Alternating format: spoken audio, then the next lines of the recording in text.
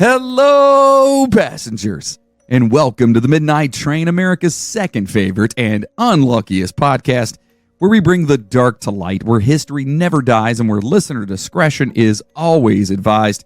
We dive into, make fun of, and joke about the creepy and unsolved mysteries of the world, all while trying to bring you as much information on each topic as possible. Obviously, if you're new here, hey, you're figuring it out. If you're not new here, then you already knew that, and welcome back. Yes, we are a comedy podcast, and things can get pretty dark. We talk about some dark stuff. So if you're not into that, no hard feelings. Like what? Like the nighttime. Dark. It's so early to even get that button. It's so early. I do, bro. That's what I do. Anyway, if you're for all the new people that don't there understand. You go. Everyone just turned it off like fuck. If you're not into that, if you're not into mixing those two things, some humor mixed with some dark shit, then we're sorry, no hard feelings. But if you are, thank you so much for giving us a chance, and welcome aboard this crazy train. I am your host, the conductor of the cryptic, Jonathan Sayer, and of course, back in the co-host chair, the one, the only, it's Mr. Moody. Back in the old wooden chair. The old wooden chair. So before we started, Moody's moving his chair around in his basement. There it is. And it sounds metal to me. And he's like, it's wood. He's like, no, it's an old wooden chair. I don't know. There might be. Is there metal on the bottom? It's an old wooden chair. Hey, is that metal? It is metal. There is metal on the bottom. Yeah. This is my chair. You want to see it? Is it Lamb of God on the bottom? No, not quite that metal. It's not quite that metal. Dude, their new song, by the way, is badass. It's more like Firehouse or something like that. Oh, what the fuck do they sing? I don't remember what they sing. Oh, they had a ballad. They had a couple of good ones. They had a banger ballad. Oh, man. I love... By the way, folks listening out there, I know this has nothing to do, and you're like, what am I listening to right now? But one of my favorite genres of music ever is 80s hair metal ballads.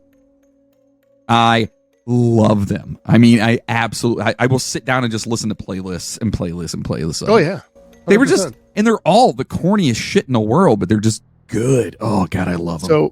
So Firehouse has the song that is the greatest thing to play, like, because we do music at our kids' hockey games, like in between, like how you go to a real hockey game and like when the whistle blows, the music plays, we do that shit too. Okay. So there's a song that I use by Firehouse. It's called Overnight Sensation, and I love playing it when I have about 25 to 30 seconds to go, because it is like, it starts out with just like the typical 80s, like whatever, like Firehouse guitar riff, and then he lets out this fucking scream for like 15 seconds, dude. That's amazing. And it's just this high pitched like fucking and he holds it for like 15 seconds, dude. Oh, it's yeah, incredible. Fucking Firehouse. I want to know what everybody out there, what your favorite hair metal band was. So do us a favor and like let us know social medias. Who's your favorite hair metal band? Favorite hair metal? I really liked White Lion a lot. Oh, dude, When the Children Cry. Yeah, fantastic. yeah, Wait, absolutely. And then who else? I could sit here and talk about them all day. But speaking of music, though, we do have a new Drink Pop song tonight. Yeah, we're back in the saddle, baby. I figured we gotta get a new Drink Pop going on. And I'm celebrating with water and coffee. I'm celebrating with straight Buffalo Trace. Woo! No, it's actually an old fashioned. Lord. But if you could see, it's like half a cup. Old fashioned. Yeah. The old fashioned in a plastic cup. That's right, dude. Man. I'm baller. Like we were saying bougie stuff earlier. Like I love I love a good brie. John's a fancy lad. He drinks brie and he eats brie and drinks Buffalo Trace out of a plastic cup. Man, I'm worldly. That's all I'm saying. Why are you rubbing your nipples right now when you said that? Because it's itchy. I was out. Shut up. The weather here has sucked. And by the way, for everyone else out there in the United States, almost everyone's getting clobbered by this fucking storm. So if you guys have gotten hit, I hope you're doing okay. I hope you're staying warm.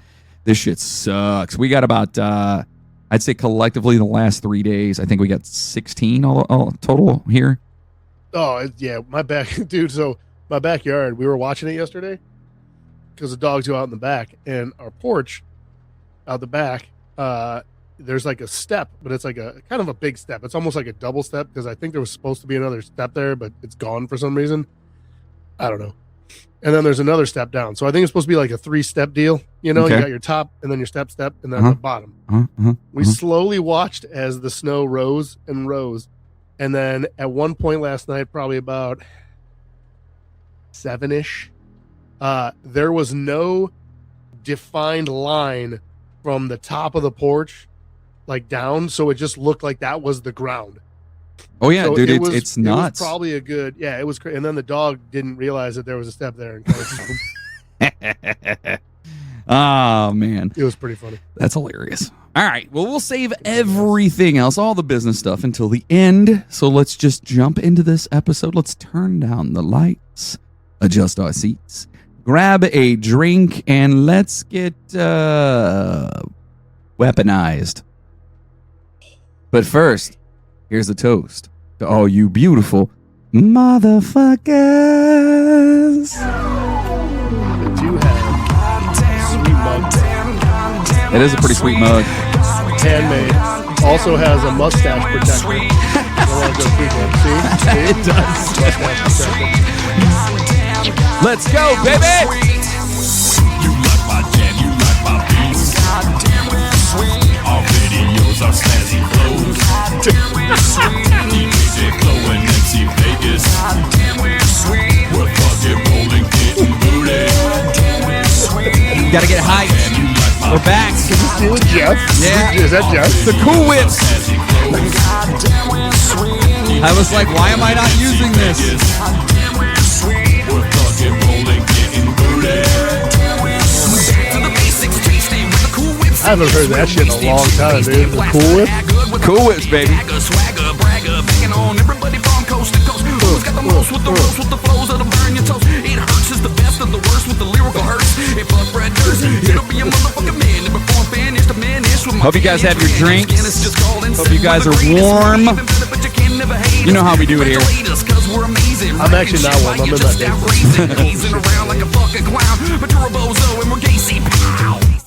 Yeah, baby. You are pretty hot. But you know what? I'm fucking sweet. Yeah.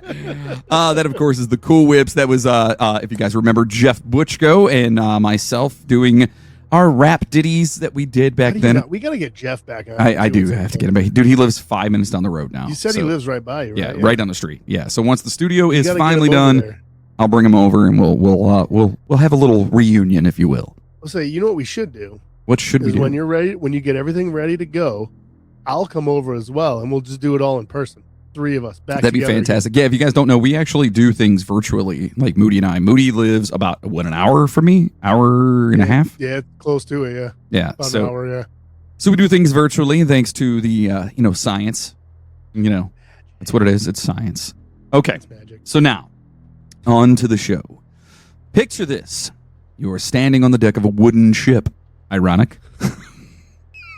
An old wooden ship. This is an old wooden ship, right? It is. I'm assuming. The sea is calm. The enemy fleet is closing in. And then fire erupts across the water. Not on the water, through it. Flames crawl across the waves like something alive. They cling to wood. They cling to skin. And no matter how much water you throw on them, they won't go out. This isn't myth. This isn't fantasy. This is history. And it's only the beginning. Throughout history, humans have been very good at inventing ways to kill each other. But every once in a while, someone looked at a battlefield and thought, what if we made this weirder? What if the weapons, screamed or burned without reason? Or maybe it's alive. Tonight, we're stepping into the darker, stranger corners of warfare. A tour through history's weirdest weaponry. Not the biggest, not the most efficient, not the ones that make you stop and say, who the hell thought this was a good idea? That's what the women say about you. That's right. Not the biggest, not the most efficient. Who thought this was a good idea? It's my motto. It is. That's my motto. Ladies, I am free, if you guys know. Just so you know what you're stepping into. You heard it here first. All right. That needs to be we should put that on a shirt. That's too. a shirt right there. Yes. 100%. So in the 7th century, the Byzantine Empire was under siege. Enemy fleets pressed toward Constantinople, the heart of the empire, and the last thing standing between survival and collapse. Because, Istanbul was once. Constantinople. Thank you, sir. I was waiting for it. But you can't go back to Constantinople. You can't. You can't go back to Constantinople. And it's nobody's business but the Turks. So just letting everyone know it there. So they were outnumbered. They Even were old New York. was once New Amsterdam. What did they say? And nobody say. God, I love that song. I think this is like the 3rd time we've done this too. Every time it comes up, that's where we go. Well, that's where it goes. So they're outnumbered. I mean, you have to. They're outmatched. So the Byzantines reached for a secret. They called it Greek fire. And whatever it was, it terrified everyone who saw it. This wasn't a torch. It wasn't a burning arrow. Greek fire was a thick, sticky liquid, shot through bronze siphons mounted on ships like some medieval flamethrower. When it hit, it didn't just ignite. That's also my other nickname. I heard you laugh, and I had to run with it. Dude, I'm a child. What do you expect? You can't say thick, sticky liquid shot out of something and not expect me to laugh. Welcome to the show, folks. We're good. We're 11 minutes in. That's right. Well. That's right. That's right. It's all uphill from here. Yeah. Right. So this shit, it latched on. Men jumped into the sea to try and escape it and discovered the fire burned hotter on the water. And imagine that moment. You think the ocean is going to save you, and it betrays you instead. No one outside the empire ever learned exactly how Greek fire worked. The recipe was guarded like a nuclear secret. Engineers were isolated. Knowledge was compartmentalized. There's the word. And revealing the formula was punishable by death. Modern historians think it may have actually been a cocktail of petroleum, sulfur, and resin. Possibly quicklime, which reacts violently with water. But here's the thing. Whatever it was, when Constantinople finally fell in 1453, the knowledge died with it. One of history's most terrifying weapons simply just vanished.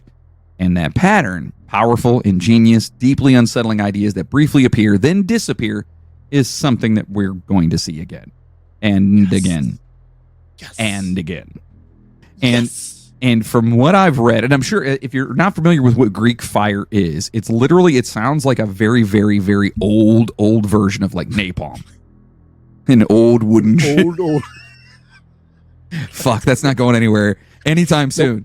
That's going to be there. No. Yeah, it's stuck. It does. It sounds remarkably like napalm. Yes, it sounds like napalm because napalm it's sticky and it just burns everything that it touches.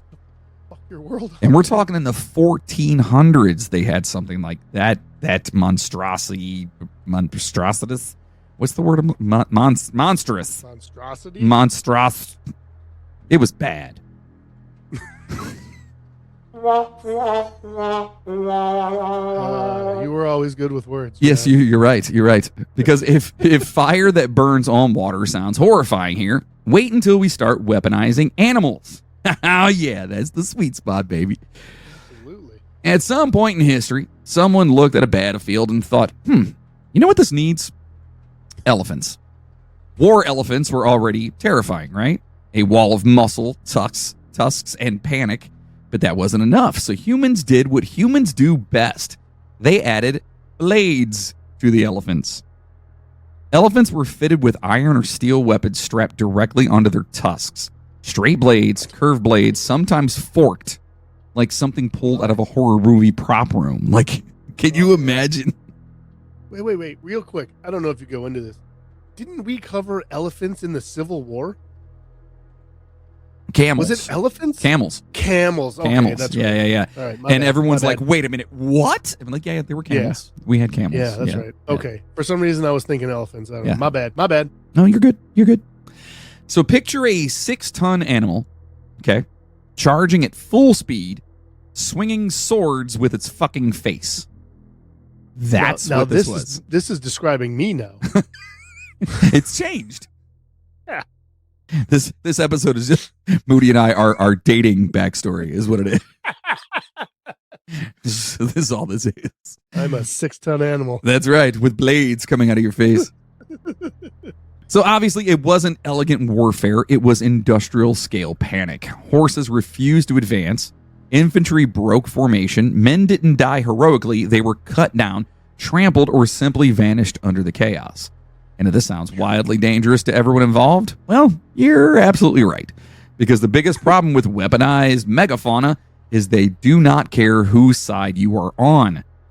Wounded elephants panicked. Panicked elephants turned around. And suddenly, the deadliest thing on the battlefield was charging back through your own army. There is. We have plenty of this to go through, too. Like, all these ideas, like, let's do this. Fuck, we shouldn't have done that. Dude. Yes. So this wasn't strategy. That would be nuts, though. Let's say what? Because, like, you go into battle with these elephants, and they're just fucking tearing apart the enemy. And then, like, one of them gets, like, a fucking cut, right? And it's just like, they see a mouse. Turns around, and all of a sudden, you just got, like, 20 elephants with giant blades running. You're just like, huh. Yeah. Maybe, this was not a good idea. This was not a good idea. So, again, that's guys in the back just like, man, I'm getting fired for this. Yeah. Whose idea was this? Bob! Oh, he's dead. Bob did. So, again, this wasn't strategy. This was roulette with tusks. So, there it is. Yeah. And yet, somehow, this still wasn't the weirdest idea that anyone had. We have a lot. If elephants were a blunt force nightmare, ancient China decided to try something a little more creative. You know, the Chinese, they do that. They're innovative. You know, gunpowder. Yeah. They called them fire oxen. Uh-huh. Oh, and yes, they were exactly what they sound like. Oxen were painted bright colors, decorated with banners, strapped with burning bundles of straw, pitch, or oil-soaked cloth.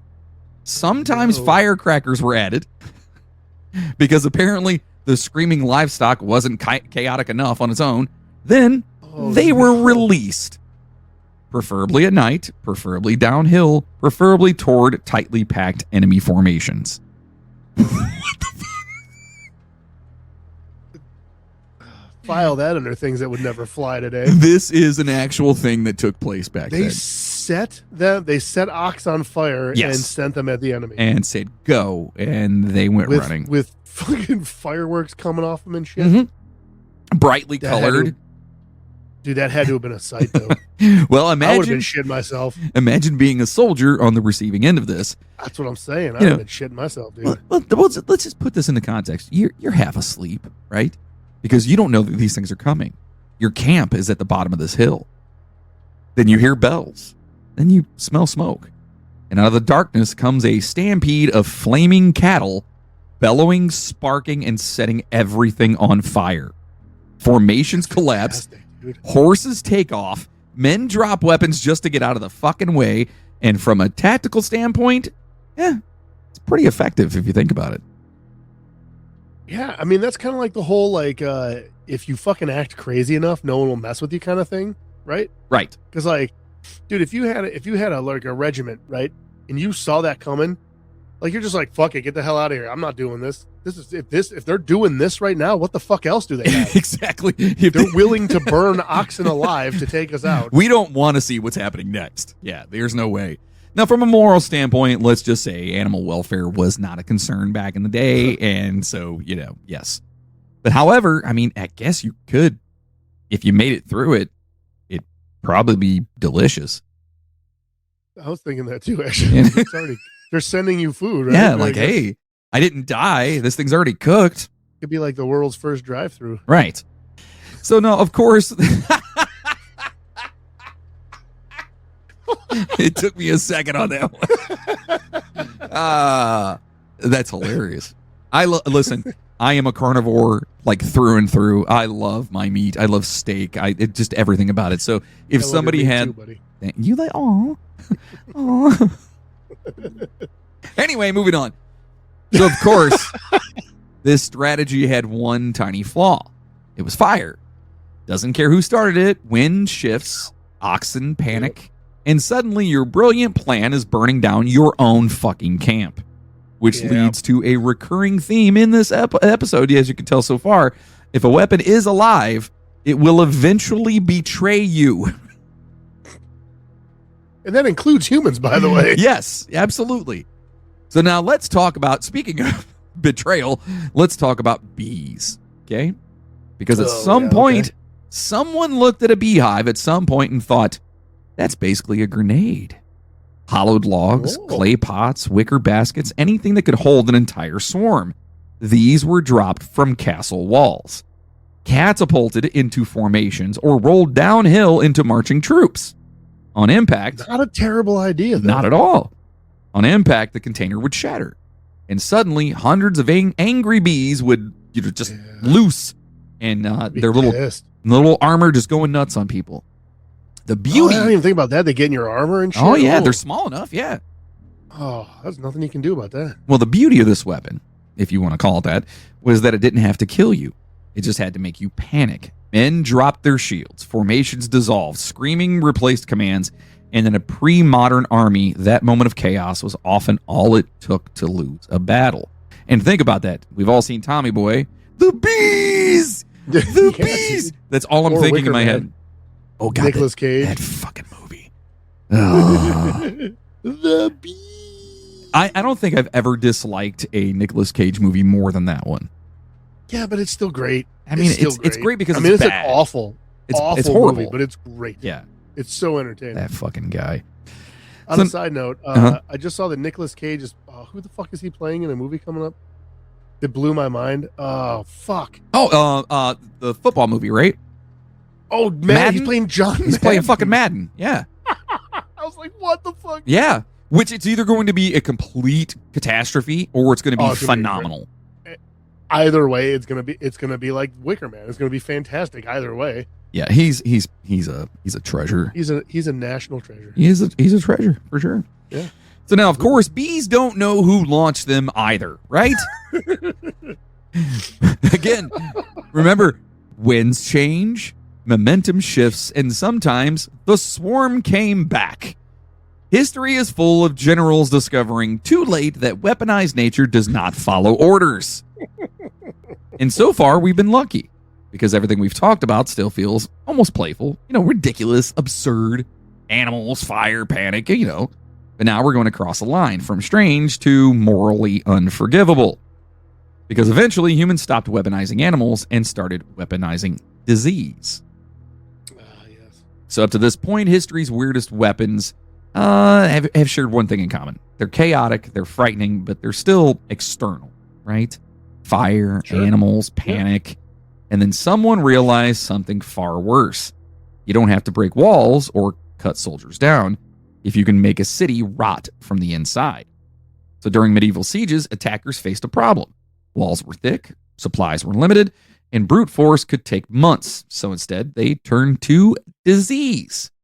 Like plague-soaked corpses, bodies pulled from mass graves, victims of the... We discussed that in our plague episode. We did. Was it who was it? Was it Attila? That was I do believe so. Fucking corpses. Like they considered that the first actual use of chemical warfare. Correct. Or whatever, biological warfare. Yeah. And in fact, they were sending the dead back over the walls and waited for them to fucking get sick. Absolutely. So wrapped in cloth or some... got sick too. Everybody did. Wrapped in cloth or sometimes dismembered to actually fit in the things they're launching. I never thought about that part of it. Right? You get a whole stack of... Take his head off or something. Just to send the head over. I don't think his whole body won't fit. Well, do me a favor. No, cut him up then. Let's see. It'll fit his head, right? Yeah? So then just use that. It's fine. Just use the head. Just use his head. It's fine. And then launched over city walls like biological artillery. The most infamous example came in 1346 at the siege of Kaffa. I believe that's what it's called. Oh, it was the Mongols. The Mongol forces. Oh, the Mongol. That's what it was. Yeah, yeah. They ravaged by plague themselves, began catapulting infected corpses directly into the besieged city.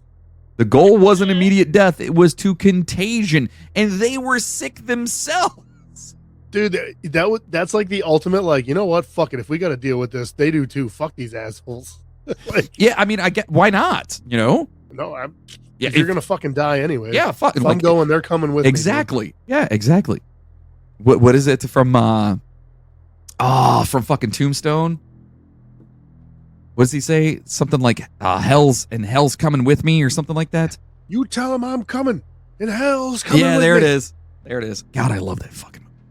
And obviously in a crowded, malnourished medieval city, it actually worked. Oh, yeah. So there's a theory still debated that fleeing survivors from Kaffa carried the plague into Europe. I didn't know that part. I did not know that. And if that's true, then one of history's weirdest weapons didn't just win a siege, it helped reshape the world. Yeah, destroyed the whole fucking thing. Yeah, think about that for a second. If that is the case, you've got these two armies or one army attacking a little city or whatever at the time, and then the plague may just be starting, we'll call it, and everyone's sick, and then they're throwing it over, and then they died. If someone left this city and took it into Europe, that caused the fucking bubonic plague outbreak. Yeah. That's crazy. Doesn't take much, man. God, that's crazy just to even think about. And it better than bees, though, right? The bees. You just, oh man, the plague, but it's bees. That'd be fucking. Oh brutal. shit! Oh no, let's not talk about that's that's brutal, 2027. We'll deal with that then. Yeah. And if this feels like the point where warfare loses its soul, you're not wrong, because now the goal wasn't victory; it was purely suffering. Of course, carnage. Yeah. Not every army had easy access to plague victims, but everyone had access to waste. Enter the dung catapult. Yes. Dude, the shit throwers. That's exactly what it sounds like. Yeah. Human waste, animal dung, rotting, offal, OFFAL? Awful. Yeah, awful. Okay. It's awful. Get it? It is awful. Yeah. So they collected it. You know, it's self-explanatory. It's disgusting. They collected it, they packed it, sometimes mixed with dead animals for extra ambiance, and then launched over city walls. From a tactical standpoint, it was brutal in its simplicity, and it contaminated wells, because you've got literal shit, just rotting, nasty shit. Just a guy walking out, like, you don't know they're out there, right? They're just kind of coming up, like, all right, and you're just like walking down the street, dude. You're like, you see something coming over the wall, you're just like, what the fuck? And then, dude, you're covered in shit. It's just fucking poo son everywhere, of a bitch! Dude. They're throwing poo at us. It's the third time this week. Son of a bitch! We're being attacked by a bunch of monkeys, I think. They're flinging poo. Throw your poo now. So it spread illness.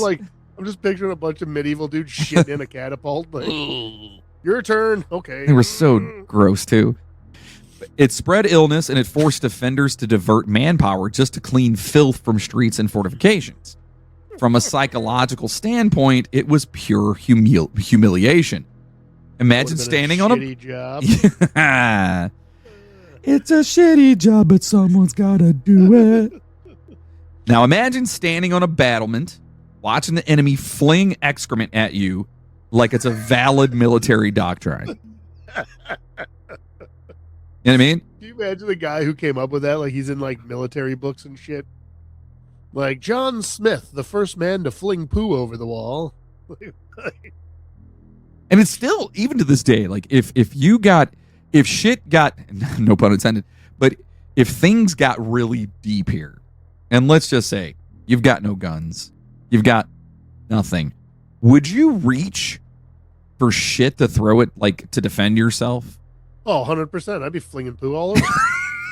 Dude, if someone's coming at you, if someone's coming at you and you throw a foot, like, dude, I got dog shit for days in my backyard.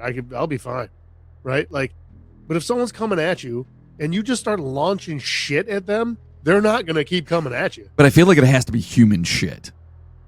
I feel like just watered down, dude. I don't know. I feel like dog shit. It just doesn't. I mean, our bacterial or whatever composition on our stomachs and stuff is so gross. We're like, I feel like a dog's is way more. My maybe I'm wrong. Really gross. I mean, no, I've had to clean it up because they think about the stuff, dude. They get into shit and they eat random crap and then they have to shit it out, right? So it's even grosser. I don't eat out of my garbage. My dogs fucking will. Maybe they have something going on. I'm just saying. Maybe they know something we don't. Maybe, right? But possible. I'm just saying, if you were coming at me and I threw a fucking wad of poo at your face, you're going to stop coming at me, aren't you? I just really hope that anyone, all of you listeners out there, you beautiful passengers, did you think this is what we were going to be talking about today?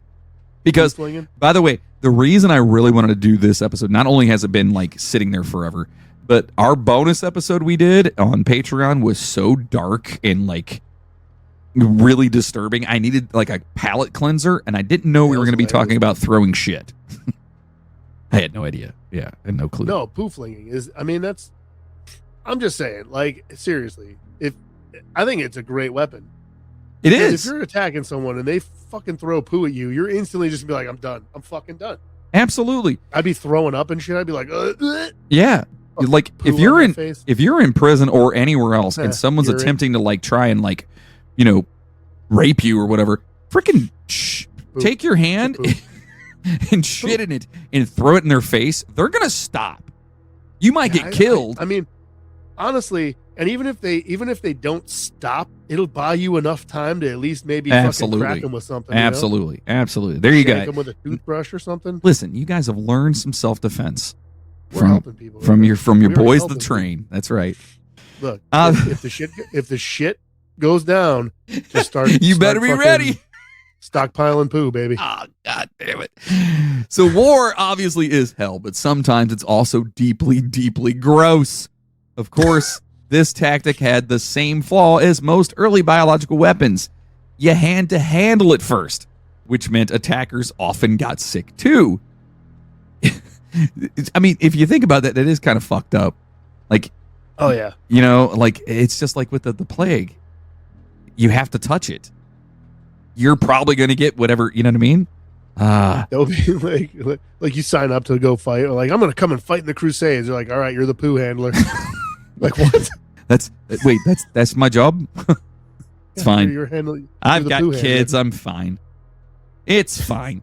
So it's fine. History is full of armies discovering that weaponized filth has no loyalty, and yet humanity didn't learn. What is that? Weaponized filth. That'd be a good like thrash metal band name. Weaponized filth. Absolutely. If there's not one out there already, I feel like that might be one. Might be. Yeah. Yeah, maybe. If not, you're welcome. There's your band name. Yeah, and send us your music and we'll play it for you.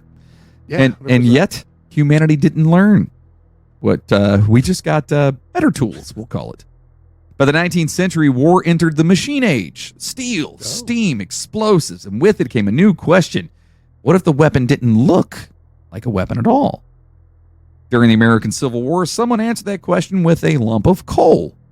The coal torpedo. A hollowed iron shell, painted, yep, textured, designed to look and feel exactly like real coal. And if, for all my non-history nerds out there, coal was very, very important back in the day. Like very. It still is to this day too, but it's just not to the degree it was back then. Coal was it was the number one fuel source out there. Mm-hmm. You know, trains, everything used coal. So it was designed to look like actual coal, and it was slipped into enemy fuel piles, shoveled into boilers, and then boom, baby. That's incredible. It's pretty fantastic. I'm not going to lie.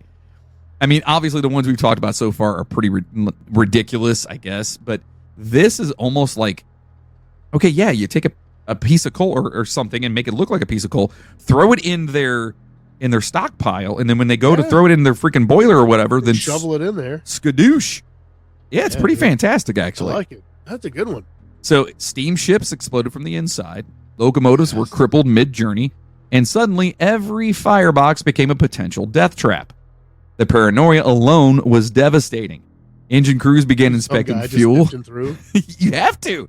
It says they literally, that's cool. They had to inspect it by hand. Ding, ding, ding. Yep. And then imagine that moment. You're staring at a pile of coal, wondering which one just might kill you. And it turns out, trust is not a renewable wartime resource. Coal torpedoes weren't mass battlefield weapons. They were something more insidious. Sabotage. The quiet realization that nothing is safe, not even the fuel you're using. That's crazy. So that could mind fuck you too. Psychological shit. Yeah, right there too. for real. Like every time you're like, they're like, oh, we've got to get down there and start loading that up. Throw the coal in there.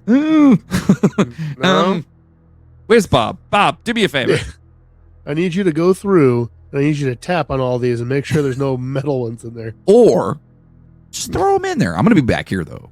You know what I mean? Like, I've got something to do. Yeah, I'll be back. Yeah. So not all weird weapons were about terror. Some were just ambitious, over-engineered, or aggressively unnecessary, like the sword pistol.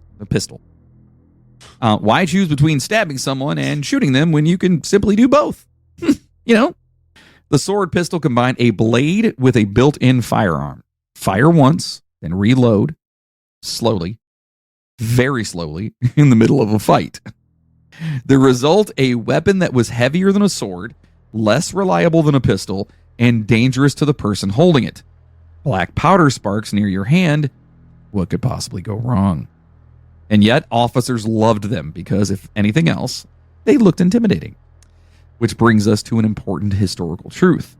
Many weapons exist less to be effective and more to send a message. And soon, warfare would stop being about messages altogether, because the next chapter doesn't care how strange or clever your weapon is. It only cares about scale. And this is going to get crazy. Yeah. And by the way, you could still buy those sword pistols. Sword pistols? Yeah, you can still find them. And if you get a chance to get one, it's worth a dime for sure. So World War I didn't have room for elegance or honor or spectacle. It had trenches, right? And in the narrow, dark confines of trench raids, rifles were just too long. Bayonets were awkward, so soldiers improvised. And they made the trench club.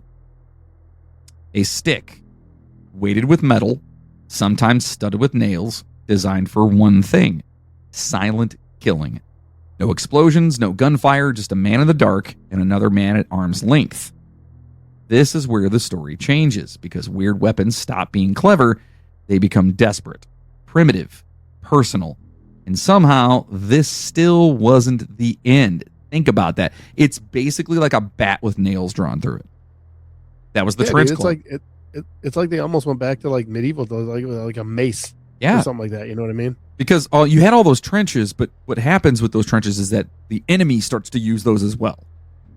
And if the trenches are not built for you to have like a gunfight, they're meant for you to get through, to get around things and not get shot while you're getting there. I mean, there's not really room to fight in them anyways. Like, even, you know what I mean? Like, you're big enough to maybe get past somebody when you're walking by. Like, there's not room for like fighting in there. Right. So they basically made maces to take with them. And then if someone comes around a corner, you try to knock their block off with it, Yeah.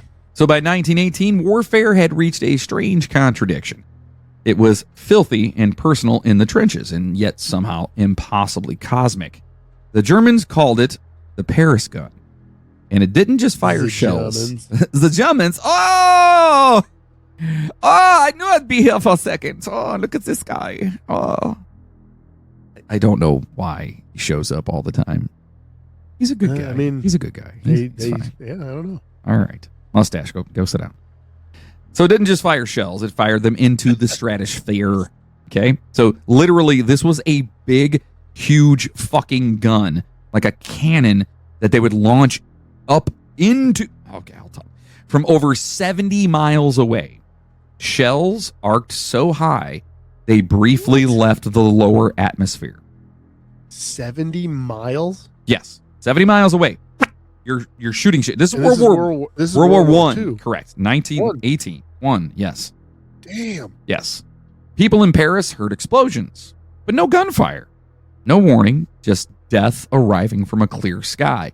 The shells weren't even especially powerful. They didn't need to be. This wasn't about destruction. It was about terror. The message was simple. Nowhere you go is safe. One shell struck a church during Good Friday services, and dozens were killed instantly. Ooh. And Paris did something remarkable. They kept going. No panic, no mass evacuation, just a city realizing that if fear was the point, refusing to give it was resistance. And I love that. Paris gun was sounds like the exact opposite of France, though. Why?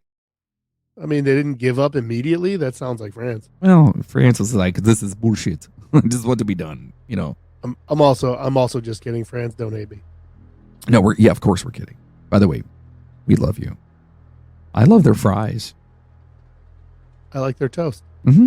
And their kisses. No, I've been to France. I love it. I love it over there. Yeah, it's super awesome. Oh, John's been to France, everybody. Big Johnny, shocker there. Traveling Johnny went to France. I'm going to get a theme song for myself every time that's brought up. Traveling Johnny. Just like banjo music. Like, yeah, just look at me go, going around the corner. Anyway, so this gun was not only a technological marvel, but it was also a strategic failure, which brings us to another recurring truth. History's weirdest weapons are often impressive and useless. Not all experiments were about terror. Some were about enthusiasm, you know. Take the duck foot pistol. Oh. A handgun with multiple barrels splayed outward like a fan. I've seen this. I actually know what this is. I've seen this. Yes. And if you guys want, go over there and Google your little hearts out and look for this damn thing. It looks exactly like it sounds. Yes. Duck foot. It's one trigger. Okay, you pull the trigger. Several bullets would come out, and there was zero precision. So the bullets would just come out willy-nilly. The dumbest thing I've ever heard in my life. Yeah, you don't know what's happening. You're just like, hopefully it hits something. Well, here's the messed up part. It was designed for crowd control. Naval officers liked it for boarding actions. Prison guards liked it for intimidation, and everyone else quickly realized this thing is a liability. You might hit several. If you're shooting into a crowd, like you're gonna hit something, right? Like if there's a big crowd of people and you're just like, I don't know, fuck it, and then you but just shoot how it many into a crowd. innocent people might you hit with that? No, fuck them. They shouldn't be there. Oh, wow. If you're in the prison, you're not shooting at innocent people. They're already in prison, right? If you're riot control in prison, like Yeah, but if you're not a part of the fight and you're sitting I'm in the not back, saying you go to a fucking like peaceful protest and just start firing into a crowd. Like that's not duck foot pistol. First of all, if you show up with a duck foot pistol, I have questions. Okay, especially now, that would be amazing. Though. Yes, I'd be like, wait. Whip that out and like aimed it at you. You'd be like, I don't understand what. If I was on the opposite side, of like if I was part of the protest, I'd be like, hold on, guys, hold on. Can I ask you where you got that? I mean, like, I'm sorry. We'll disperse because that's amazing. Like, where did you even find here it? With that? I don't even want to know what else. Exactly. Do you have anything else cool on you? Like, what the fuck is happening? So again, I got this trench club if you're interested. Oh, wait till sword pistol. Wait till the oxen show up. Yes, it's gonna be. it's gonna be super fun. Yeah, my dude's coming with the oxen. Yeah. So now you might hit several enemies, and then you might hit none. You might hit your friends. It was chaos in firearm form. Or that's fantastic. Though. Then there's the harmonica gun. You slide the chamber, fire, slide again, and repeat. In theory, I've seen that too. Yeah, it's just clever. It's like a long thing, and it goes through this way. Yeah, I've seen that too. Yeah, and in theory, it's clever. And in practice, it's slow, awkward, and prone to blowing gas sideways into your own hand. Oh, boy. Yeah, buddy. These weapons didn't fail because they were stupid. They failed because war is not impressed by cleverness. It rewards reliability. And then came a war where nothing was reliable anymore. World War II. Okay, it didn't just scale warfare. It broke restraint. This is the area where someone seriously proposed using bats as incendiary delivery systems. God. Yes. Thousands of bats, each carrying a tiny firebomb, released over Japanese cities. The idea? They'd roost in buildings, timers would trigger, fires would erupt everywhere at once. It was called Project X-Ray, and we should do a bonus on this, by the way. It's pretty fucking ridiculous. Yeah. And it made it farther than you'd expect. Tests were conducted. Funding was approved. At one point, the bats escaped early and burned down part of the U.S. Air Base. Which is maybe the most honest review the program ever got. The project was eventually canceled, not because it was unethical, but because the atomic bomb was much faster. let that sink in real fast. Yeah. This guy. So the guy with the bats, right? Like they got everyone in a room, right? They're like, we got this bomb. This thing is fucking crazy. We're gonna level entire cities with one fell. It's gonna be incredible. And there's a guy in the back just like got his hand up. It's just like, yeah. You, Jim, what do you got? Okay, I hear you out on this big bomb. It is a good idea, but bats. And they're just like, what? He's like, strap bombs to bats, send them into the city. It's ingenious. And they're like, but we got nuclear bombs right now. No, I get it, but bats, dude, like bats. It's gonna be way cheaper. Tom, listen. Einstein's sitting in the room with him, just like, oh, is it bats? Just he was so sullen when he said it. Oh, it's the bats.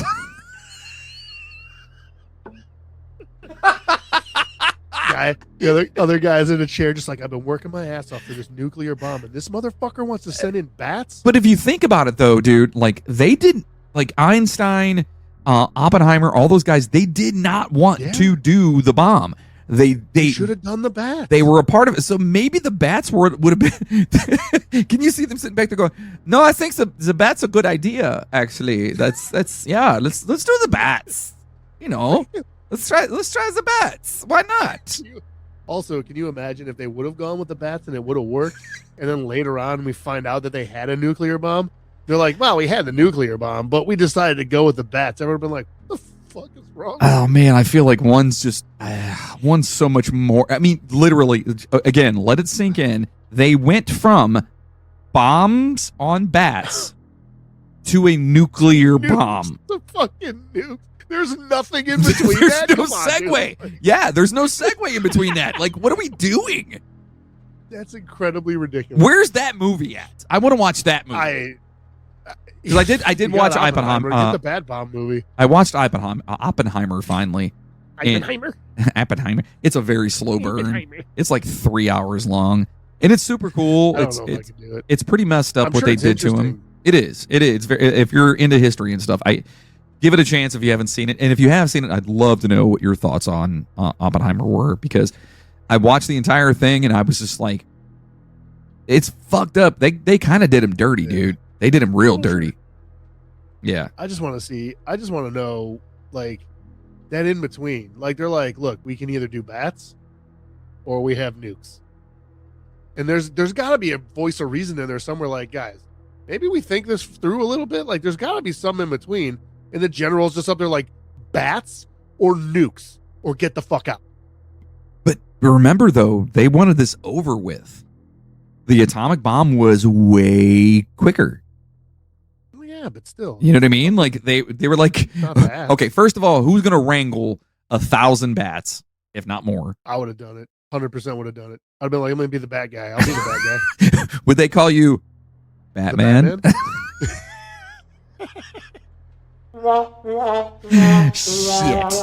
There's a guy in World War II. Like, they're like, who are you?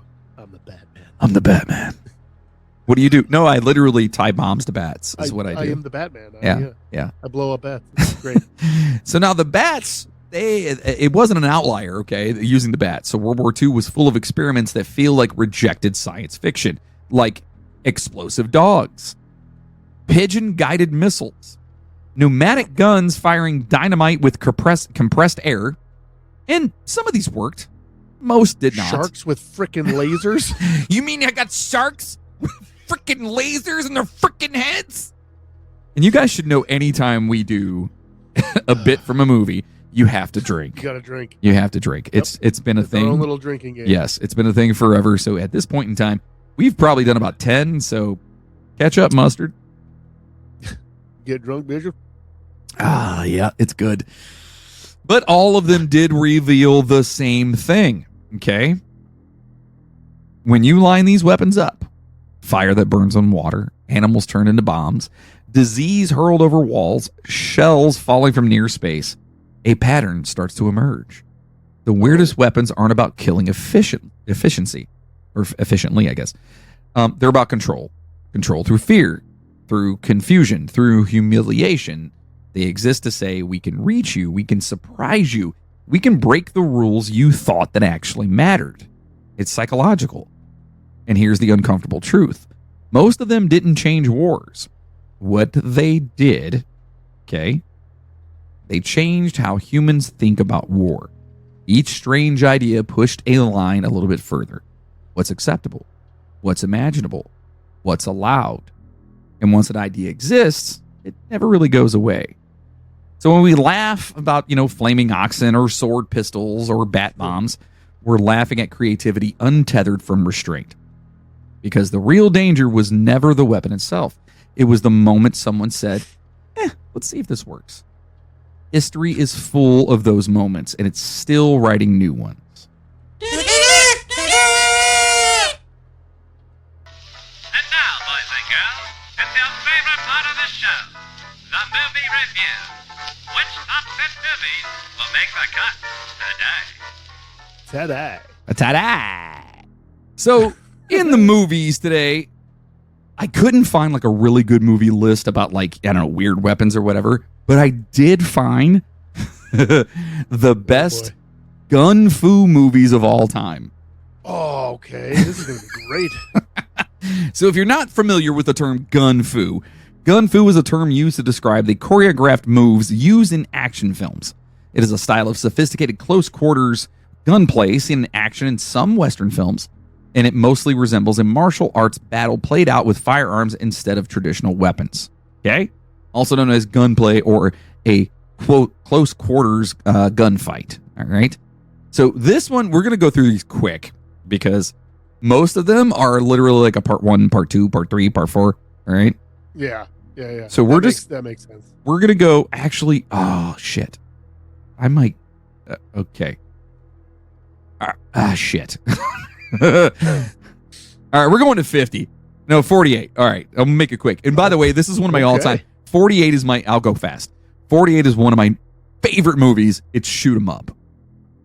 Okay, yeah. It is literally just a full front to back, if it's a fucking shoot 'em. It's literally called Shoot 'em Up. That's what it is. It's in the name, yeah. Yes. Yeah.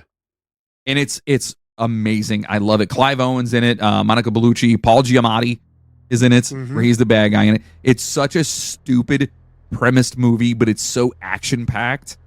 Yeah. And I don't want to negate any females out there that are into action movies, but it's like a guy's movie. You know what I mean? It's guns. It's just boom, boom, boom. Yeah. It's constant.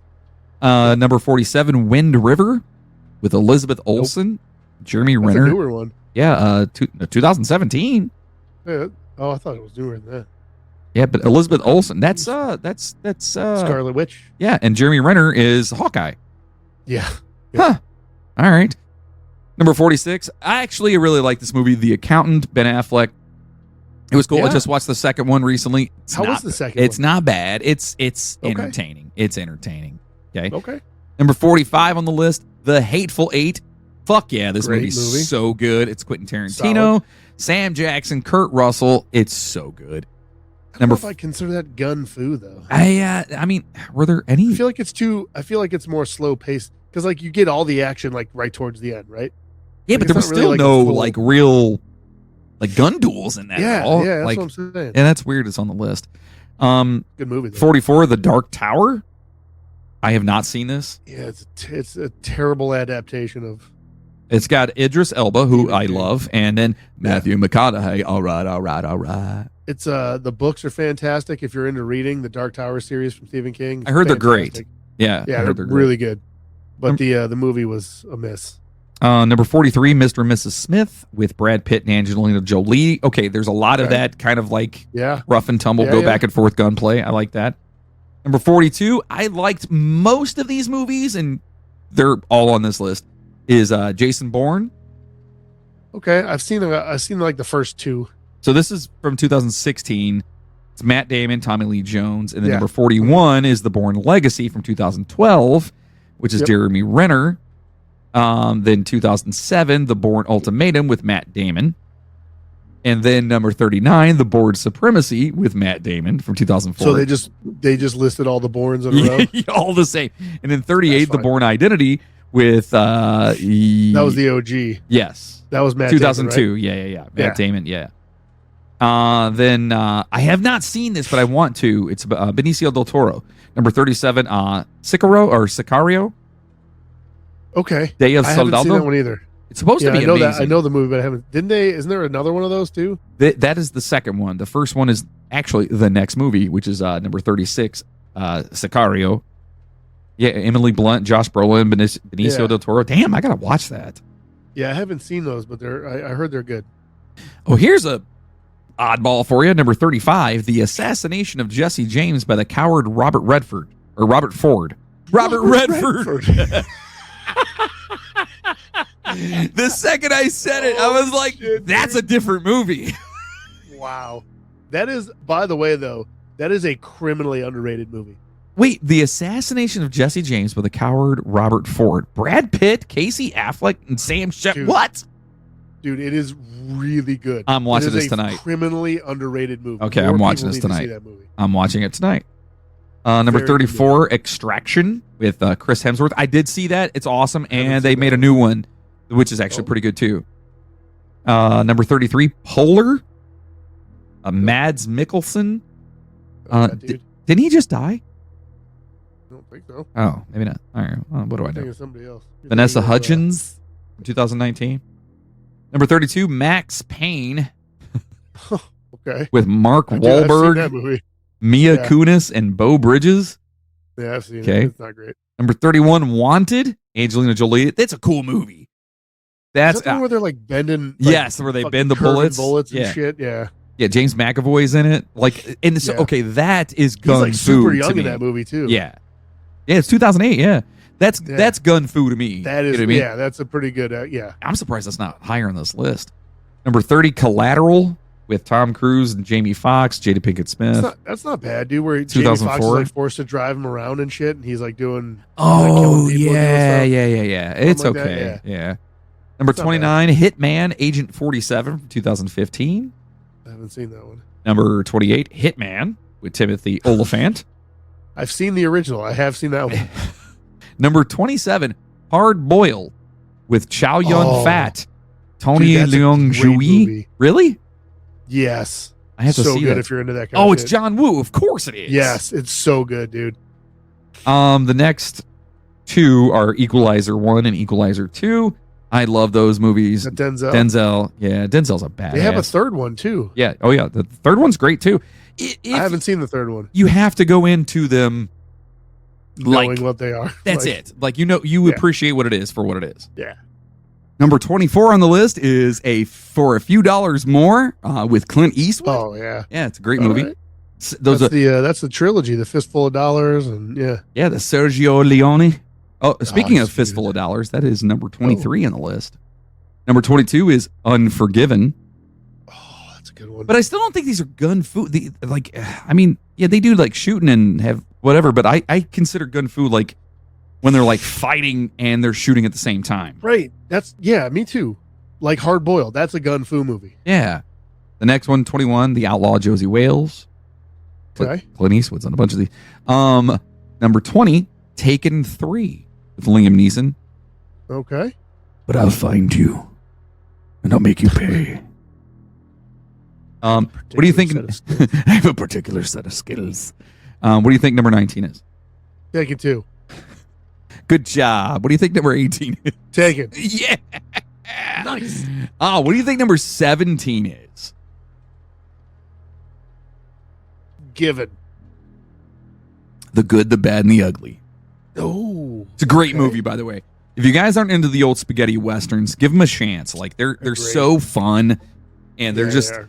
they're just there's something about them that has this like really, to me, it's a very a childhood appeal to it because I watched when I was a Yeah. kid. You know, with my- Cowboys and Indians and shit like that. yeah, they were dude. just it Like, was just awesome and just the Yeah. weird like duels, like the quick draw. And all yeah, that shit, man. and that's where the whole Yeah. that whole thing Yeah. came from, and then but like the imagery and the way the somatic the somatics. Cinematography.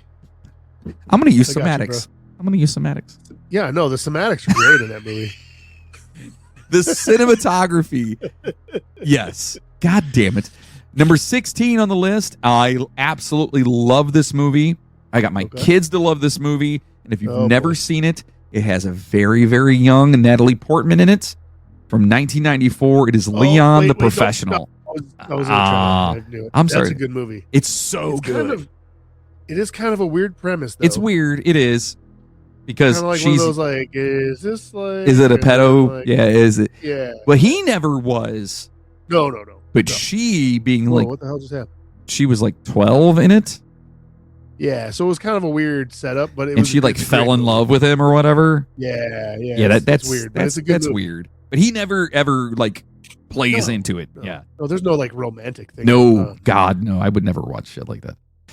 Number 15, Kingsman: The Golden Circle. Bro, I just watched the first one again the other day. They're good. I fucking love those movies. They're good. They're good. those are the kind of movies that, like, it's suspension of disbelief. Like, they're spy movies just amped up, and they're fucking phenomenal. And again, if you can disconnect, and I've noticed a lot of people can't do it. No. I can disconnect and just watch a movie for Oh, the yeah. sake of just watching a movie. Absolutely. Where everyone's like, this is dumb. This doesn't make any sense. This is whatever. And I'm just They'd like, never be able to do that in real life. yeah, I'm like, it's No a shit, fucking movie. It's a movie. Like, you're supposed to just be like, just sit back and turn your brain off for a second and just enjoy it. You know? Well, it's like that whole thing, like, people talk about it, like, you be watching a movie where people are fighting aliens, right? And then they're like, the thing that they point out is like, that gun couldn't fire that many times without being reloaded. It's like you're watching a fucking movie with aliens in it. Exactly. You know, it's like, dude, just shut up and watch the Yeah, movie. Like, there is enjoy no believable premise in any of this that we're watching right now, and you're like Right. nitpicking shit at this point in time. Yeah. Like, just calm it. down. Kingsman movies are great, though. I love them. Yeah, they're great. They're really good movies, and which is awesome because the number 14 is Secret Service. That's the first one, right? Yeah, that's the first one. The Golden Circle is the second one. Number think. 13 on the list is Deadpool 2 with Oh, Ryan great. Reynolds and Josh Brolin. I love all the Deadpool movies. In fact, They're all great, dude. Deadpool 2 is my favorite of the franchise. Is it? I like Deadpool and Wolverine, I think. Oh, I love it so much. My youngest is obsessed with Deadpool and Wolverine. Like, obsessed with that movie. That's such a good movie. dude. She's probably, her room, and I will take a picture and I will send it to you. Her room is nothing but, she has a 6-foot poster in her room from the damn thing. Which is funny because number 12 on the list, Ryan Reynolds, be Deadpool, the first one. Okay. Number 11, V for Vendetta. Great movie. Good one. I don't really see that being another gun fu movie, but okay. Yeah. I don't know. We're at the top 10 now, huh? Yeah, this is top 10. Yeah. So All right, so number here we 10 go. on the list is Jamie Foxx and Christoph Waltz with Leonardo DiCaprio. This is a Quentin Tarantino movie. Great movie. Django Unchained. Yeah, it's a good one too. I don't consider that. I don't know, that's wouldn't not- consider that either. Yeah. there's gunfights in it, but like, Now, okay, so I saw this one in the theater. Well, actually, I've seen a lot of these in the theater, but I remember this one distinctly. 1995, number 9, Al Pacino, Robert De Niro, Val Kilmer. Heat, baby. Absolutely. Dude, that is a phenomenal. It is movie. like the first 3-hour movie I ever saw in a theater. I feel like that's another one that doesn't get enough credit. Oh, it Like, should. people that know absolutely know, Yeah. but like, Which is crazy. It's number 9, and the number 8 is Atomic Blonde with Charlize Theron.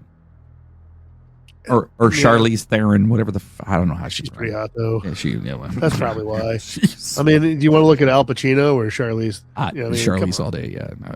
She's a smoke Yeah, show no. for sure. Let's see. Number 7, Equilibrium with Christian Bale. I've seen. I've it, never but seen it. Was that. I saw it like a long time ago when it came out. 2002. I don't. Yeah, I saw it like right when it came out. It was.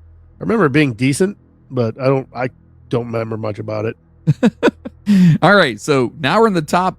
Well, top 6. All right, 6 is Matrix Revolutions. dude. If the next 6 are the Matrix, I'm leaving. No, but Okay. let's just say it's pretty fucking close. Number 5, Matrix Reloaded. Number 4, The Matrix. Number 3, John Wick Chapter 3. Number Oh, 2, fuck's sake. John Wick Chapter 2. What do you think number 1 is? John Wick. It's John Wick. I feel like there's so many more movies that There's should be on so this many list. other movies that should be on that list. I was when you brought this list up, my first thought was John Wick though. Oh yeah, Like, oh, it's gonna be like John that Wick. is that is the quintessential gung fu movie. Like that's gun fu to me. Yes, Absolutely. 100%. That whole movie is just gunplay and fighting and whatever. yeah, but But, like you've got so many good there's so many good like foreign movies. Bullet You know Train what I mean? wasn't Like, on this. Like there's so Fucking many. The Raid, dude. The Raid is phenomenal. That should be on there. Yeah, there's so There's many good different ones ones. that should be on there, man. Like any Jackie Chan movie. Every Jackie Chan movie. Yeah, where the fuck are any of the Yeah. what is it? The woman he did with Chris Tucker. Rush Hour. Rush Hour. Where are those at? Those were gung fu, right? That's what I'm saying, man. Like, there's a lot of movies I feel like should be like I think that what they should have done is if they were gonna put like all three John Wicks in there, like 1, 2, and 3, they should have made them one thing. Yes, that would 'Cause make that would have sense. given yeah. you more room for more movies, right? Because if you do it that way, your list could be fucking 6,000 movies. Because if you got a series of like even like the Expendables, I feel like should be on there, right? Yeah, Like that's the same. dude. kind of Any thing. Jet Li movie Fuck yeah, dude. should have been in there. I Like, mean, all what's that the one shit he did should with be on DMX? What the hell was that movie Oh. that he did? That had that in there. Fucking, what was that called? I don't know, but now I got Oh. DMX stuck in my head. God, dude. Hold on. Bam, X won't give it to you. What the fuck Stop! is that movie called? Drop! Load it up! I gotta Whatever he look it says. up I don't know now. what he says. I know what it is. It's a good movie. I typed it in, and first thing that came up was Belly. I'm like, that's not it. Cradle to the Grave. That's it. Is that the one with Aaliyah in it? Which one? Cradle to the Grave with DMX and Jet Li. Was Aaliyah in that? No. DMX, David Arquette. Oh wait, that's not the one with Jet Li in it. Oh no, I clicked on the wrong movie. Never mind. It might be. It might be. There it is. Cradle to the Grave. There it is. All right, so we got Jet Li, DMX, Gabrielle Union is in it. Oh, she's a smoke show for sure. So And I'm not I'm gonna bring subjugating this up. women, folks. She's just a very attractive young lady. I'm going to bring this up because I found this out a while ago, and I didn't realize that this guy, his name is Mark Dacascos, I believe is how you pronounce it, right? And I didn't realize this. I was looking at another movie that he was in. It was some kung fu action movie, and I'm trying to figure out where this dude looks familiar from. I was like, I've seen this guy before, but I don't know the name. I'm like, well, maybe I've seen him in another random movie. So I go Male and look porn? up what other movies. Male porn. No, Oh. that was some other guy. Oh. But I'm gonna go look up what other movies he's been in because this dude's face is like I've seen it before. I know this guy from somewhere. I couldn't figure out where it was. He's the fucking original guy, the original host of Iron Chef. What? Yes, he's also like a fucking action movie star apparently. What is his name? Mark Dacascos. Yeah, I'll look it up after this. You know him if you saw it. Like here, I don't know if you can see his face on here. Like, He's sitting. Yeah. I don't know Okay. if you can- Yeah. Like dude, he's the original like host of Iron Chef back in the day. Oh yeah. And he's like a yeah, fucking yeah. action movie star too. Yeah. blew my Wait, he mind. was in the new John Wick 4, if I'm not mistaken. Oh, he might have been in that. Was he? In I that? think so. So listen, folks, that was what we've discussed. If we keep going down the rabbit hole with this, weird weaponry. There is He so was in much John more. Wick 3. John Wick 3. That's okay. Yeah, he's He was also in Double Dragon back in '94. yeah. There are plenty of other things we can talk about too. We could probably make this a 2-parter. I mean, there's the suitcase bomb, which literally is Dolphins. Did they have exactly. dolphin bombs at some point. Yes, they've had dolphin bombs. They've had incendiary thermoses.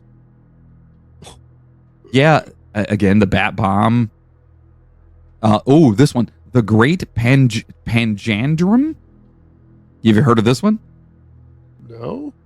So it's a famously bizarre British experimental beach assault weapon. The Panjandrum was a British World War II experimental device. 2 huge steel wheels, about 10 foot in diameter, joined by a drum packed with explosives and driven forward by dozens of Fordite rockets attached around the wheel rims. It was intended to be launched from landing craft onto defended beaches to smash through obstacles and minefields before the landing troops arrived. But its trials were chaotic, and it was never used in combat. See, that's another one that I feel like. So say you have rockets on the wheels, right? But only one side goes off. The fucker's just going to be spinning in circles. Yeah, they say it's also called like the Atlantic wheel. They called it. That's nuts, dude. Yeah, they it's came. just a rocket propelled fucking drum of explosives. Well, here's the Windkanone, which is wind cannon. Was an odd late World War II German experimental anti-aircraft idea that attempted to use powerful focused blasts of air created by igniting H2O2, okay, mixtures in a large bent barrel to disrupt or damage low-flying Allied aircraft. It was tested but proved impractical and was abandoned.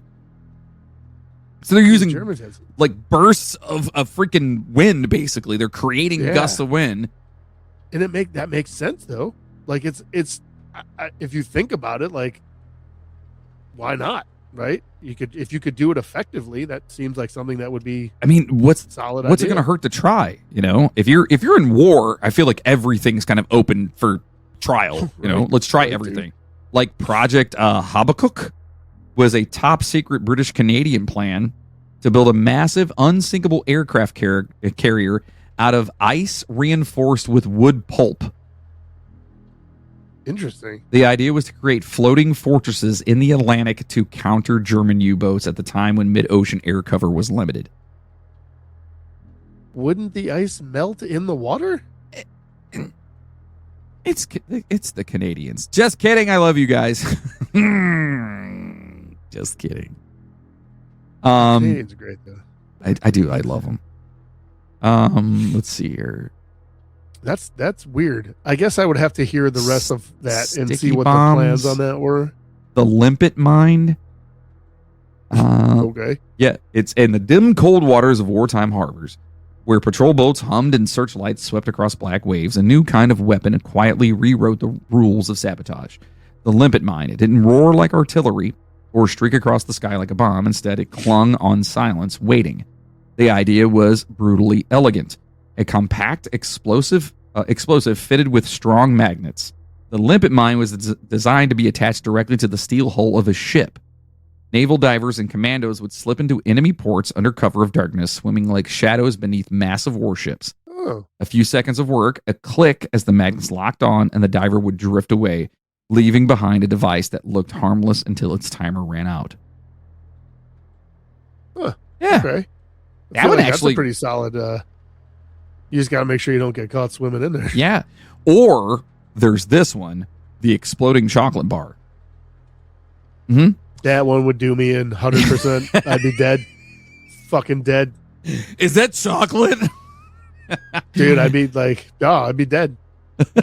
In the fog-filled corridors of wartime espionage, where every cigarette case or fountain pen might conceal a hidden weapon, few inventions captured the sinister imagination of the era quite like the exploding chocolate bar. It looked innocent, delicious even, wrapped like a luxury treat, stamped with familiar shine of European confectionery, but beneath that glossy wrapper waited a steel core of explosives.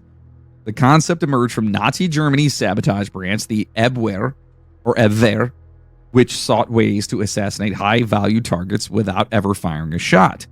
One proposal stood out for its bold simplicity: create a bomb so mundane, so ordinary that no one would second guess it. And so engineers crafted a chocolate bar with a textured outer shell that broke cleanly when snapped, just like the real thing. Inside was a small but potent explosive charge connected to a delayed action fuse.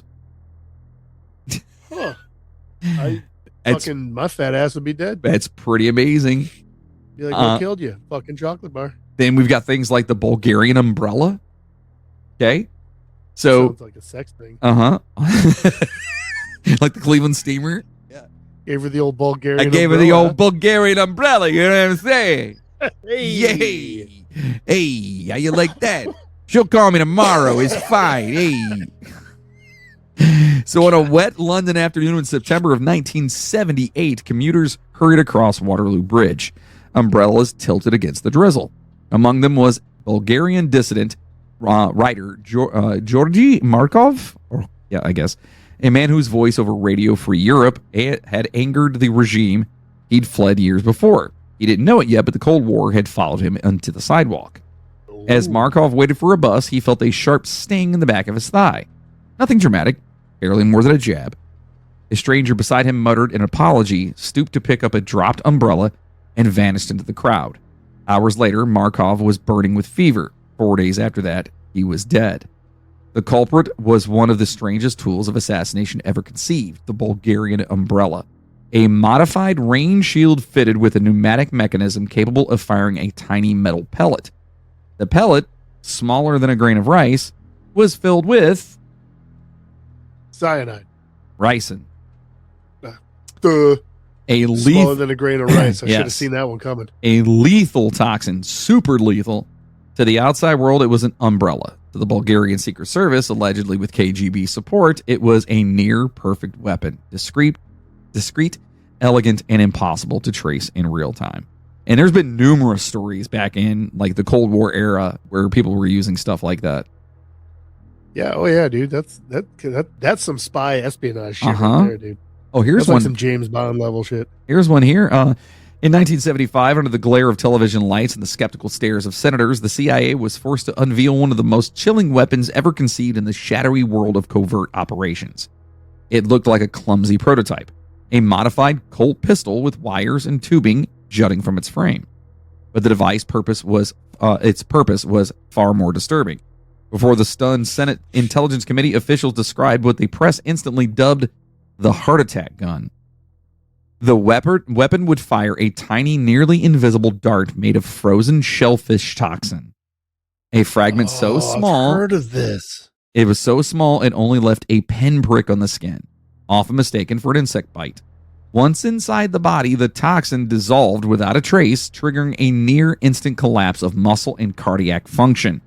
Death could follow minutes or hours later, depending on the dosage. To a coroner, it would look like a natural fucking heart attack. It's like, yeah, dude, that's crazy. That's crazy. And this one was made specifically for you. No, that was the chocolate bar. Nope. This one's even better. This is... Is it a popsicle? Because that'll get me too. Nope. In the late 1990s, buried inside a stack of experimental proposals at the U.S. Air Force Wright Laboratory, sat one of the most bizarre ideas ever conceived in modern warfare. A non-lethal chemical weapon designed to make enemy soldiers sexually attracted to one another. The document, dry in its bureaucratic language, suggested dispersing an aerosol that would supposedly disrupt enemy cohesion by triggering homosexual behavior. It would later be infamously dubbed the gay bomb. This is a real thing, folks. I wanted to bring this on the last part. I had to. Can you imagine if it worked? And like especially like in trench warfare, like World War I style, like you just fucking, and then like you advance on their position, and it's just dudes for miles in trenches fucking. Yeah, but you know what? The war would be over and everyone would be happy. You know what I mean? Like it would be over with, and like everyone would be happy and be done or whatever. Like they would get along and just be fine with each other. I kind of wish this actually would have been created. So the concept sounds like satire, something from a late night sketch, not a Pentagon's pitch. But the proposal wasn't real enough that it earned internal review and even sought millions in funding. They were trying to get this thing actually funded. The reasoning, bizarre as it was, fit within an era of unconventional brainstorming, finds ways to disable enemies without bullets or bombs. Yet in its attempt... Plus gays are evil. The idea revealed more about cultural stereotypes and scientific When was this misunderstanding. 1990s. The 90s? The late 90s. gay bomb in the No. 90s, So that's huh? when. Let me. I'm going to redact that. That's when they found the proposals for this. Okay, that makes sense. It doesn't. When does it say when they It were? doesn't give me an exact date of when. Okay, but at some point in I'm gonna look time, real quick. it was the proposal for a gay bomb was on the table, and they were trying to get funding for it. That's ridiculous. And again, It does say that it was a speculative concept from the 90s. Using non-lethal pheromones to make enemy soldiers sexually attracted to each other, causing confusion. That right there, folks, goes to show how stupid people are. It says not to change sexual orientation, but to incapacitate through social disruption. A proposal deemed ludicrous. Yeah, it's ridiculous, but they were trying to get funding for it. Oh my god, that's funny. That is fucking hilarious. All right, we'll do It was in Ohio. They were doing it at Wright Laboratory in Ohio. Oh, there you go. Nice. Yeah, that makes sense. What? I want to know the guy. Like, I'd love to be in these fucking meeting rooms, right? There's just like a bunch of dudes in a boardroom, and they're just like, okay, everyone's got their, what do you got over there? And they're like, whatever. And then this guy's like, what do you got? He's like, well, I was thinking we could do this, blah, blah, and that, whatever. And then they're like, all right, Jim, what about you? He's like, gay bomb. They're like, wait, excuse me? He's like, gay bomb. Like, what are you talking about? We turn them gay with a bomb. We fucking spray them with shit and they fuck each other, and we go in there and kill them. And then there was some guy that was like, the fucked up part is that conversation had to have happened.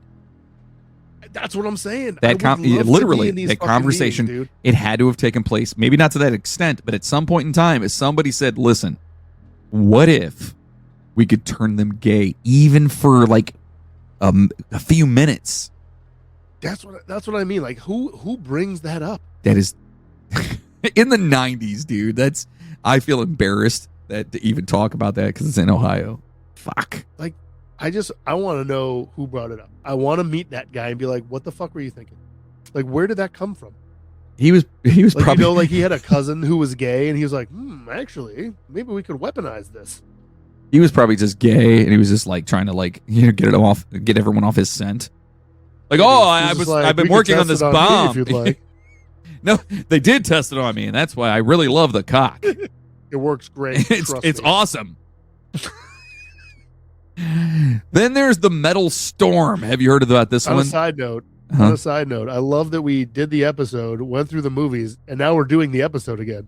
Only because there was so much that I wanted to talk about still. No, it's great. I love it. These are just little quick. Yeah, normally we don't come back to it, but this a little quick. But I'm like, oh man, there's so many more that I want to talk about. Anyway, so a Metal Storm here. Then we're almost done here. So in Brisbane, I don't care. in Australia, I love it. in the late 1990s, Metal Storm. Yep, an Australian inventor named Mike O'Dwyer built something that looked more like science fiction than conventional weaponry. He called it Metal Storm, a modular gun system with no moving parts, no traditional firing mechanism, and a rate of fire so fast it strained the imagination. Instead of using bolts or mechanical chambers, O'Dwyer stacked multiple projectiles in a single barrel, each separated by a propellant. Electronic impulses ignited the charges in sequence, launching the rounds in a controlled cascade. The result was staggering, over 1 million rounds per minute in prototype demonstrations. The gun didn't fire bullets, it unleashed storms of them, hence the name. 1 million rounds a minute? million rounds a minute. Yeah. Wow. Yep, and then there's other ones. I have a feeling this guy ended up dead. Yeah, somehow. 1 million rounds a minute? Yeah. That doesn't seem possible. Yeah, he was doing it. He had them double stacked in there, so everything was coming out in like milliseconds. And so if you've got it, still that it's got to be like a Gatling gun or shit. something, right? That's what, I would love to see that in action. Yeah, yeah. Well, I mean, What is it called? the Metal Storm? Australia's Metal Storm, and it was the late 90s. Dude, that would be That sounds like something from like Tony Stark, right? like, holy shit, is that it? Did you find it? Whoa. 450 to 1,000 rounds per minute, depending on the prototype. Dude, this thing is fucking nuts looking. Yeah, but apparently it never got off the ground. I don't know why. I don't know if you can see it. Oh, yeah. Oh, shit. Dude, that looks like Dude. something from like Halo. That's what I mean. Holy fuck. No moving parts. 36 prototype systems such as the 36-barrel Bertha demonstrated a rate of over 1 million rounds a minute. A newer Chinese development claims 450,000 rounds per minute. 9mm, typically 9mm caliber. That's crazy. There's nose to tail in the barrel with a propellant in between each one. Dude, that is fucking incredible. Yeah, that's pretty awesome. Intercepting unmatched fire rate allows for intercepting hypersonic missiles. Oh my God, dude, that is nuts. Think about this. Imagine if they had like the Germans, right? They had something like that for fucking like D-Day. We'd have been fucking toast. Done. Oh, yeah. Done. Like, they were chewing us up with machine guns. Yep. Right? Yep. Imagine if somebody actually had that and like made it practical and usable in a scenario. I'm surprised it's not now, to be honest with you. Like, I'm sure, you know what? I'm sure there's got to be something close to it. I mean, they said the Chinese have a new one that's 450,000. Like, that's crazy. Dude, like, you imagine just a bunch of those fucking lined up on the battlefield? You're done. You don't stand a fucking chance. Yeah, you're done. And maybe that's why they're not using them, because it's like, it's way too, because there are like codes of war, you know what I mean? Rules of engagement. Yes. Like, you can't have something that's just going to obliterate everyone. I mean, well, that's why technically like chemical warfare, biological, all that shit's quote unquote illegal. Right, but yet there's still the atom bomb. Anyway, technically also illegal. Yes. Well, most countries aren't allowed to have them.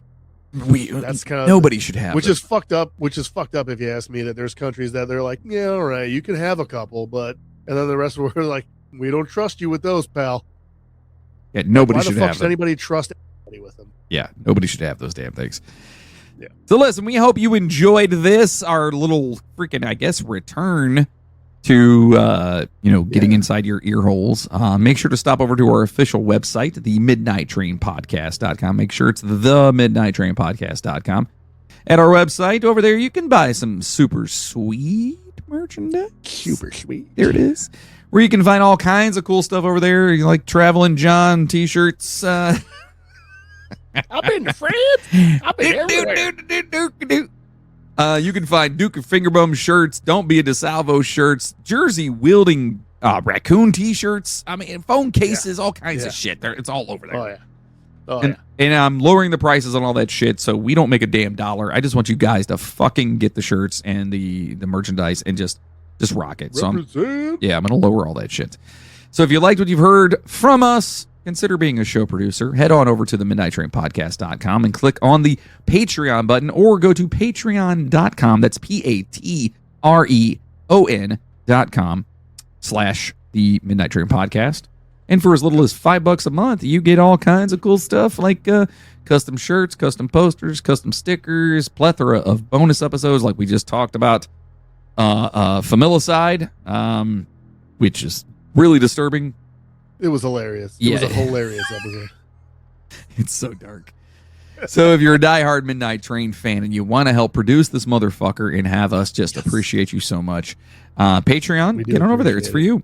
And if you want to make a single one-time donation to the show, you can do that as well at PayPal and use the email address, themidnighttrainpodcast@gmail.com. Most importantly, like $1 million donation, something like that would be great. We'll see if that happens. We'll see. No, if anybody out there, I mean, that would help us. It would go a long way for us to be able to do some stuff. For you guys. If somebody sent $1 million donation, I'd shit myself. I would know. literally poop my pants. Don't know what and then I would do. throw it at my enemies. I would find a body with the bubonic plague. Yeah. Just to throw it at just random passerbyers. If somebody sends us $1 million, I will fling poo at people. Yes. And I'll tape it. He'll probably fling it at me, if anything. And for $1 million, I'll take it. Just saying. It's Dude, we got to watch out because someone's going to be like, bro, someone out there knows somebody with expendable money. They're just like, look, if we give these guys $1 million, they'll throw shit at each other. Yeah. So you'll sign a contract is what you're saying. Yeah, yes. I will. I'll throw my poop at you. 100%. I will do that. But if you can't send us $1 million, listen, just share the train with people. Let people know about the show. Talk about the show. Let them know that, hey, we listen to these two idiots and it's semi-entertaining and... Semi. You know, a good word. You know. Semi-entertaining, yeah. Right. And don't forget to follow us on all the socials over on Twitter, Instagram, TikTok, YouTube, all that, which we will be getting back on that because we're back on the ball. It's been just a crazy fucking past 2 years, dude. It's been insane. It's been insane. We never said when. That is true. And I love that people are actually reiterating that now. Our listeners are just like, hey, you never said when, and I'm like, you're right. We did. I think that's we have that shirt in the. Is that we made that a shirt, right? Yeah, We never said when. We never said when. There you go. Never said when. Yeah. Just like we've got the Aliens T-shirt over there. We're still like, how many episodes are we at right now? We got. I think we lost track. Right? I definitely lost track. Yeah. Well, what was the last milestone episode that we had? Was it like 300 or 400? No. I thought we did like a 300th episode. I thought it was 200. I feel like we did a 300. We may have. I don't remember. I would have to look to see what it was. I'll let you guys know. Go back to 100 and then count the rest. Well, because my dumbass, and not that this matters at all, but I went in and like where we upload our episodes, we use Podbean, right? That's our service provider, host, whatever you want to call it. Yeah. For one of the Halloween episodes, I put 666 in for the episode number because you can change the episode numbers. Fucked everything up. So it fucked everything. Out. It was me being an asshole. And I fucked it all up. So now I have no idea. I have to literally go back and like count everything because we got to be pushing. I don't know. We got to be pushing like 400 episodes, right? Maybe. I mean, the show's been going on since what? March of 2000. No, not 15. Like 2018, maybe 2019. It was before COVID. Right. It was before COVID.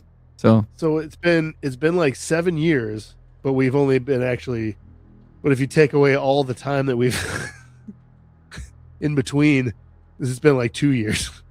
It's fucked up. Yes. Been around for 7, about 2 years worth of recording. But we're back on this shit. I miss doing this. I love doing this. It's something that just gives me purpose. And I love learning new things. Like, did you know that they would light oxen on fire and push them down hills? I did not know that. And if I did know that, I feel like there'd be something wrong with me. Right. And did you know that Australia had a weapon that shot as many bullets as the fire or metal storm you just found out?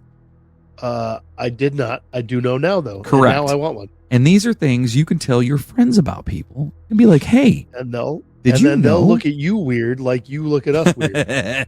But I love this shit. I fucking love it. Yeah. I love learning new things that are just so outlandish. It's like, that can't be real. Oh, yeah, it was real. Like the gay bomb. Yes. That's real. Isn't that what you called your 40th birthday party? My 50th will be the gay bomb for sure. It's coming up soon, buddy. You old fuck. Yeah, I'm turning 50 this year, folks. 50 years old. Dude, I got 46 on what's today's date? 5 days. 5 days I turned 46. Everyone wish Moody a happy birthday. Happy birthday, Moody, you fuck. Yay. Hey. Yeah, I don't know what I'm doing for my 50th. I was supposed to go to I feel like I'm 96 though. Yeah, I get it. I was supposed to go to England for my 50th, but I already did that. Traveling Johnny.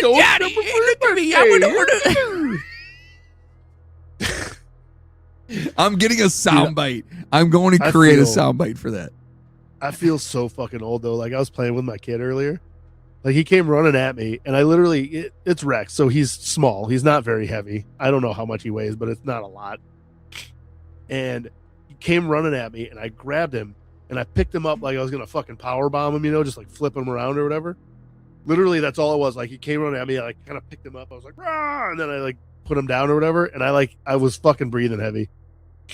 I'm like, wow, dude, that was bad. Yeah, I get it. And then he kept going, and I felt like I was having a heart attack. So I bought a new. So obviously, we're in the middle of like a crazy snowstorm that's been happening all weekend long for the past like 3 days, and I bought a new snowblower. Oh. Got it all set up. It's an Ariens, which I don't know how I feel about that. I have the same kind. Do you? Yeah, it's a beast. It's a beast. So it's brand new. Got it all going. Went out yesterday. That thing beat the fuck out of me. I came in the house no joke, and I was just like, I need some ibuprofen. Like it's just yeah. I know. I sent you that message yesterday. Like I'm still out doing whatever, and you're just like, bro, I just got done shoveling my fucking driveway. Fuck all that. It sucked. And then the worst part is that I did it thinking, okay, the worst of it's done. I woke up this morning. It didn't even look like I did shit. Nah. Yeah. Yeah. Nope. Northeast Ohio. It's fun. So listen, normally at this point, I would sit here and ramble off a bunch of names of fucking amazing people that help us in our endeavors. But I need to update that list because we've had quite a few new Patreon members. Shut the fuck up. Really? We have. Yeah. And How are we getting new members? We don't do anything. Because they still find it. I guess, dude. It's out there. They have all the old episodes to go through. Right, it's in the ethos. All right, well, we'll see. Right. They don't realize there's only like fucking 30,000 episodes out there, and they're probably like, ooh. And then they go, these motherfuckers haven't done shit. But yeah, we have I'm going to update the list. You guys know who you are. And if you want to be, the next episode will be updated. If you want to be mentioned in that list, do me a favor, sign up for our Patreon. Even the $1 one, like if you give us whatever, but you don't get the bonus episodes. To be honest, it's $5. So if you guys can do the $5 one, you get the bonus episodes. And there's a lot of really cool fun shit in there, like dumb stuff that we just talk about. Or, well, I mean, I've had John reading Bigfoot erotica. Yes, which there is another one of those coming up soon. Yes, there is another one of those coming up soon. I will be reading some Bigfoot erotica. Yeah. What was the guy's name in the other one? I can't remember what. I've got the book. I've got the. The book's not. I don't have it on my desk right now. But it was so good, dude. I'll find it though. Yeah, it's ridiculous. It's to the point where I was like, I can't read this. Dude, you were so uncomfortable. Yeah, it was amazing. Yeah, I was like, this is so over the top. Like, and I'm over the top as it is. If it's over the top for me, it's over the fucking top. You know. So, yes, there will be more Bigfoot erotica coming. Jesus Christ. So anyway, thank you guys for listening. We appreciate you extremely, extremely much. Extremely much? Yeah. I guess. Much too much. But just remember, until next time, keep questioning, keep exploring, and never stop seeking the truth. Stay safe out there, passengers. And as always, choo-choo, motherfuckers! What the fuck? I had to put that in there. Now go home and get your fucking shine box. Go fling poo at your enemies.